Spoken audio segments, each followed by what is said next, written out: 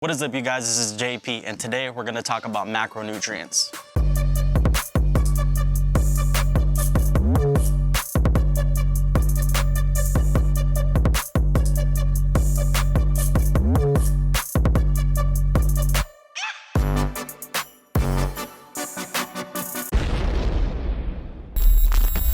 So I'm sure there are a lot of you guys who watch this video who, when they go into the workout portion of their life, because for most of us, there was a point where we didn't work out, we didn't watch what we eat, we didn't count macros, we didn't look at micronutrients, and depending on how you view fitness, you might not even do a lot of that right now.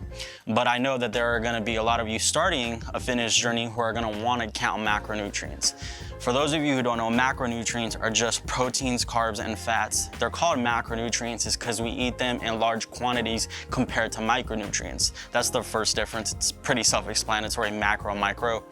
But the second major difference is the fact that macronutrients are actually used for energy. They're used to generate ATP. We can use proteins, carbs, and fats for actual work done in daily life, whereas micronutrients, you can't. Micronutrients have a load of other functions in the body, hormone production, bone density, those types of things. So those are the difference between the two.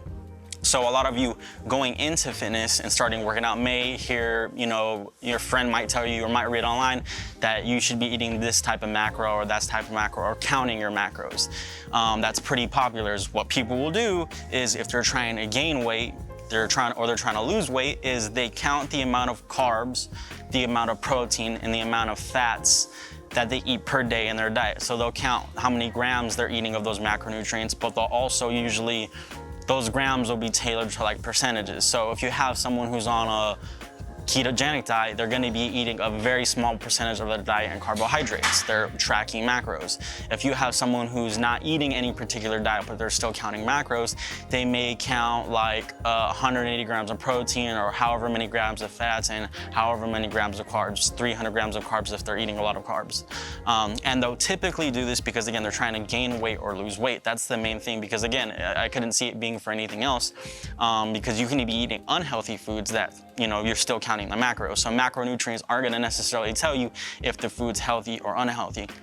But the main issue I wanna talk to you guys about today is a lot of you who are counting macros, most of you who see this video are not gonna be professional bodybuilders, or you're not in some sport. So that's the main thing. You're not doing this, you're not, in a sport professionally where your diet being structured to an absolute T is key for you to win, or it's not paramount on a day-to-day basis. So a lot of you trying to, hone in on those macronutrients and be absolutely super nitpicky about them, you're probably driving yourself unnecessarily crazy just to get some results. So that's one. And then two, when it comes to these macronutrients, a lot of you guys are looking at these macronutrients and thinking you have to be on the T with these macronutrients to get to the goals that you want to get to. And this is probably the most important part of this video, is a lot of you guys who want to lose weight, because most of it's weight loss. Weight gain, it's a lot easier, in my opinion, depending on the individual. But on average, from my experience, seeing people gain weight is a lot easier than people losing weight. So most of you who are trying to lose weight will try to make sure each macronutrient, your carbs, your proteins, and fats, are exactly where they need to be, and you'll obsess about it. You'll be nitpicky about it. It'll be something that you have to get relatively on point, or it'll drive you crazy, or you feel like you're kind of completely off track, which isn't the case. This actually couldn't be further from the truth. The main thing, and again, these macronutrients are the calories that you eat. So the macronutrients added up together make up the calories that you're taking in for the day. But I talked about this a little bit in a different video from a different angle, but what I'm trying to say is that stop worrying about the macronutrients so much. I've actually seen people who are focused on too much carbs or too much fats as an individual macronutrient, not so worried about the other two, and they're worried that if they don't get enough fat or they don't get enough carbs, that's gonna dictate whether or not they lose weight. And these same people, I'm like, well, are you in a caloric deficit? And they say yes, and I'll say, are you sure you're in a caloric deficit? And they'll say, absolutely.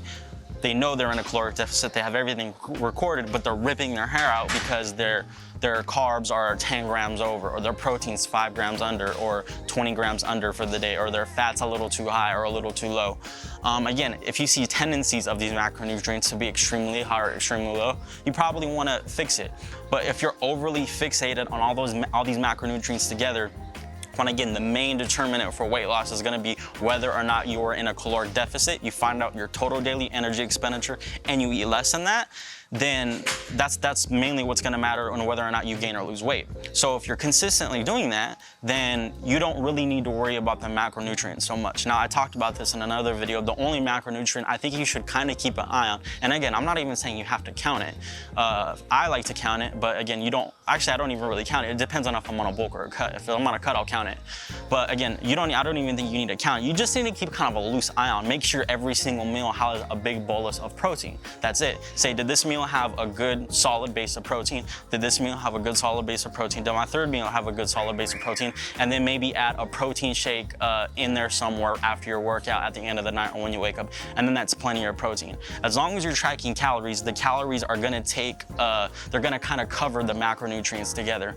And one last little note on all this is, again, some of you may be arguing saying, well, what if I'm too high or too low? I have never seen anyone in my life go, there are very few people that I've ever met, if I've ever met any, that went too off course from their macronutrients to the point where it would be a detriment to their results.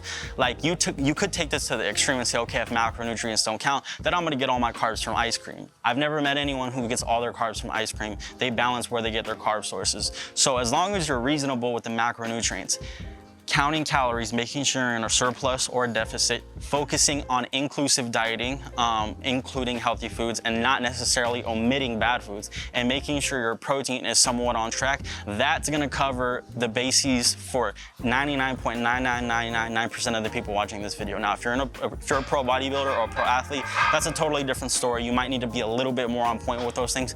But for most of you, one macronutrient being a little bit off or a little bit less or more is not gonna be the biggest determinant on whether or not you gain or lose weight. If you guys have any questions, comments, leave them down below. I'll see you guys in the next video. Peace.